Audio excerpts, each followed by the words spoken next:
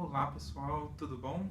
Sejam muito bem-vindos e muito bem-vindas a mais um vídeo nosso aqui no nosso canal de Psicologia Jurídica. Bom, hoje eu trago para vocês um texto, uma aula, sobre um texto do Freud, chamado A Psicanálise e a Determinação dos Fatos nos Processos Jurídicos. Eu aposto que você não sabia que Freud tinha escrito sobre a relação entre psicologia e direito, você sabia?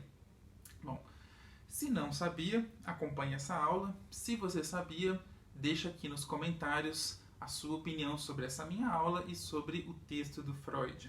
Eu vou tentar hoje fazer aqui uma espécie de resumo e comentário a esse texto do Freud. É um texto de 1906, portanto é um texto do início da trajetória freudiana, em que ele dá uma palestra para alunos de jurisprudência. Então, o que isso significa? Jurisprudência é o acúmulo de decisões judiciais.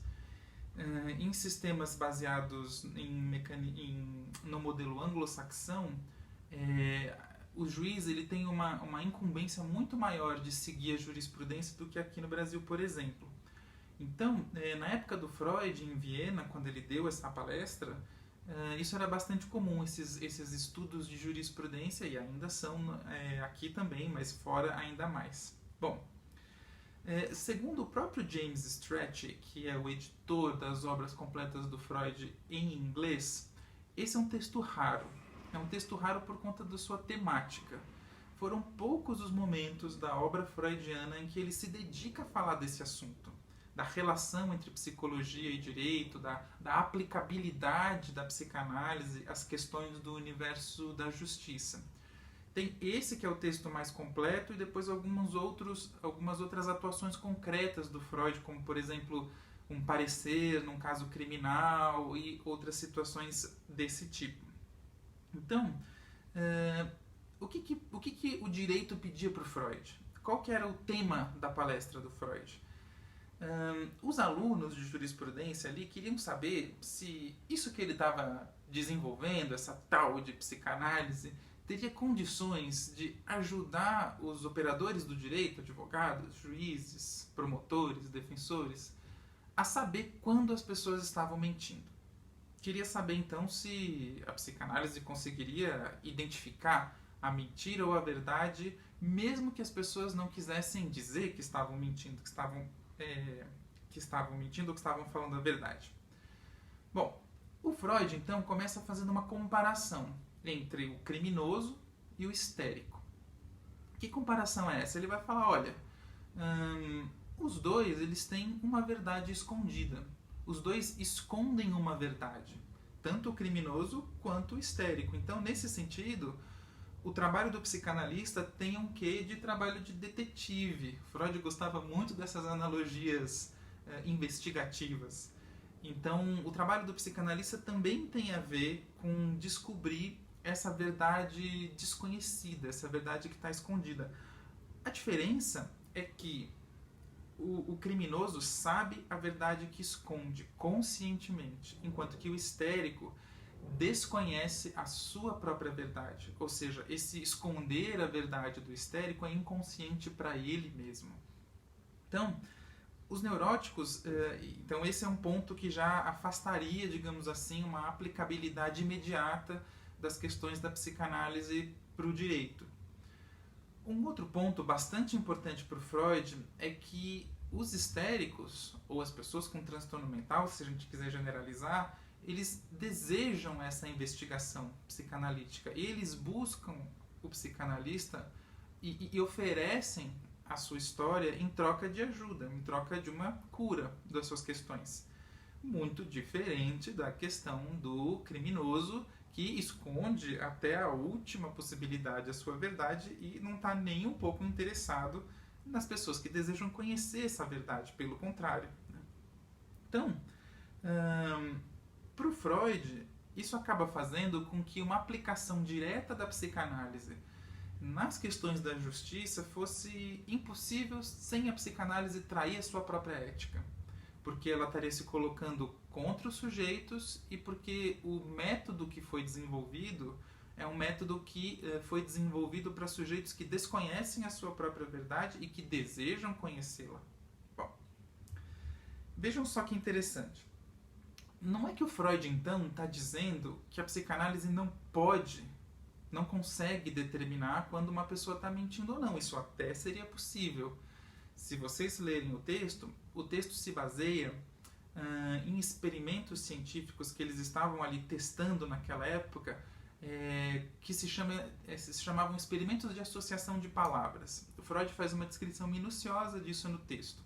O que ele vai dizer? Que o inconsciente começou a ser estudado de várias maneiras e uma delas era através dessas experiências de associação de palavras, em que o experimentador dizia uma palavra e o sujeito do experimento tinha que dizer a primeira palavra que vinha na cabeça dele, sem julgamento e o mais rápido possível. E depois, analisando as relações entre as palavras que eram ditas e as palavras que eram respondidas e o tempo de resposta. Então, se eu disse uma palavra que porventura é uma palavra difícil para o sujeito, uma palavra que, na linguagem do Freud, atinge o seu complexo inconsciente, que a gente poderia traduzir aqui, atinge essa verdade desconhecida para o próprio sujeito, normalmente tem um lapso de reação.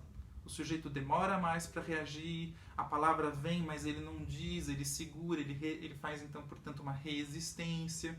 O Freud então explica isso para dizer que, olha, teoricamente, até é possível saber quando as pessoas estão mentindo, mas será que isso é o eticamente correto a se fazer? Então a questão crucial, me parece, o Freud não diz isso com todas as palavras, mas me parece que uma leitura contemporânea do texto do Freud poderia indicar esse caminho, é que o problema não é que a psicanálise não consegue fazer uma avaliação de se o sujeito está mentindo ou não. O problema é que isso é eticamente muito questionável, porque isso se daria à revelia do sujeito, contra a vontade do sujeito. Então, mas aí fica uma pergunta, Será que essa negativa, ou essa recusa freudiana, digamos assim, de aplicar a psicanálise, naquela época o Freud estava muito preocupado em criar algo com consistência e que resolvesse os problemas para os quais ele tinha se colocado. Então, a cura das neuroses, por exemplo. Então, hoje em dia, a gente está numa fase tão mais avançada da psicanálise que a gente se debruça sobre as possibilidades de relação desse saber com outros campos, como, por exemplo, o campo da justiça. Então, eu acho que o Freud foi cauteloso, como é costumeiro dele, ao falar que não seria possível uma relação assim direta. Mas será que dessa recusa freudiana a gente não consegue extrair dela algo que nos interessa hoje, contemporaneamente? Será que dessa impossibilidade inicial da psicanálise contribuir com o direito, a gente não poderia extrair uma nova relação entre a psicologia e a justiça? É exatamente isso que eu trabalho num texto que eu escrevi, que se chama A Relação entre Psicologia e Direito a partir de um olhar freudiano. Esse texto está num livro chamado Interdisciplinariedade na Defensoria Pública, está disponível para compra, mas quem quiser pode me mandar um e-mail, me mandar um direct, por exemplo, no Instagram com o seu e-mail, que eu posso enviar o PDF desse texto. Então, se você tem interesse nesse assunto e quiser conhecer mais sobre essa reinterpretação que eu faço do texto do Freud, me manda um alô lá pelo direct do Instagram com o seu e-mail, que aí eu encaminho para você o PDF do texto. Vai ser um prazer da minha parte poder ter mais leitores e debater com vocês o que vocês acham dessa minha ideia. Bom, um resumo, assim, bastante resumido da minha... bastante resumido é bom. Um resumo dessa minha ideia é que de 1906 para cá, ou seja, quando o Freud publicou esse texto, não mudou muito aquilo que o direito pede para os psicólogos e psicólogas. O direito nos pede a verdade dos fatos, aquilo que realmente aconteceu, se a menina foi violentada ou não, se o abuso aconteceu ou não, com quem que tem que ficar a guarda da criança, com A ou com B, se aquele casal ele está apto à adoção, sim ou não, verdade dos fatos.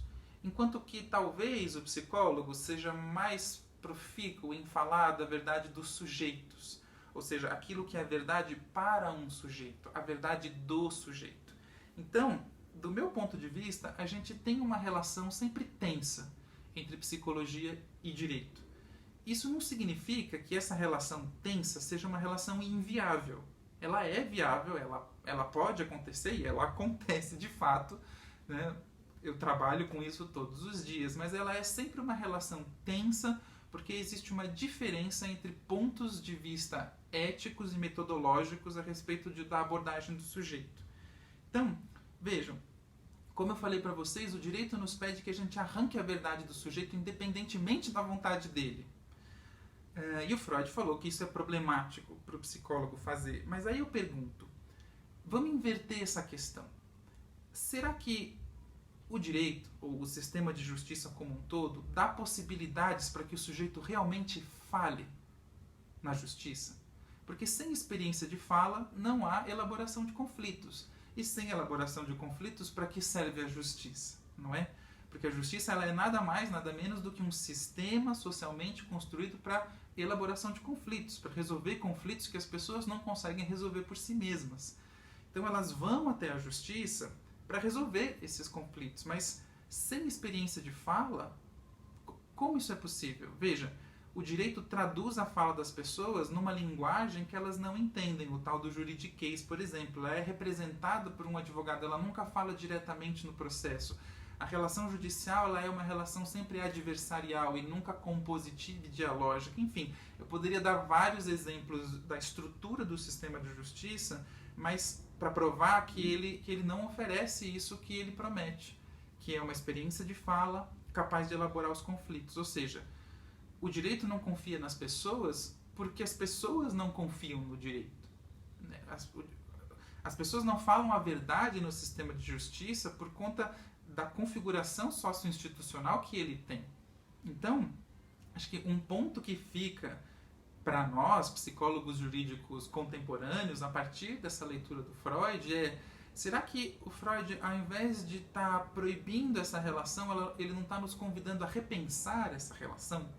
Repensar uma relação em que a psicanálise pode fazer uma mudança no sistema de justiça?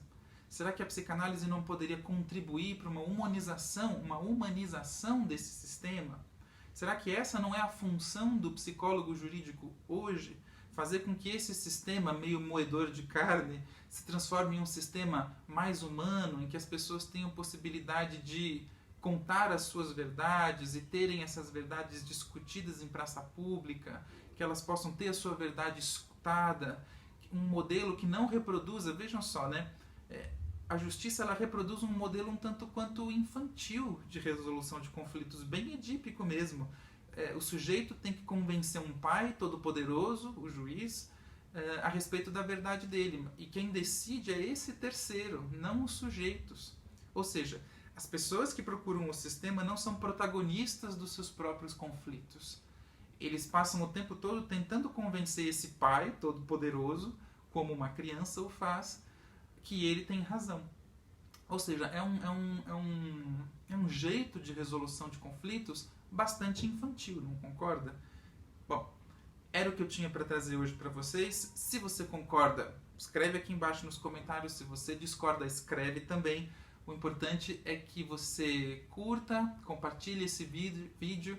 Isso é bastante importante para a divulgação da psicologia jurídica no Brasil.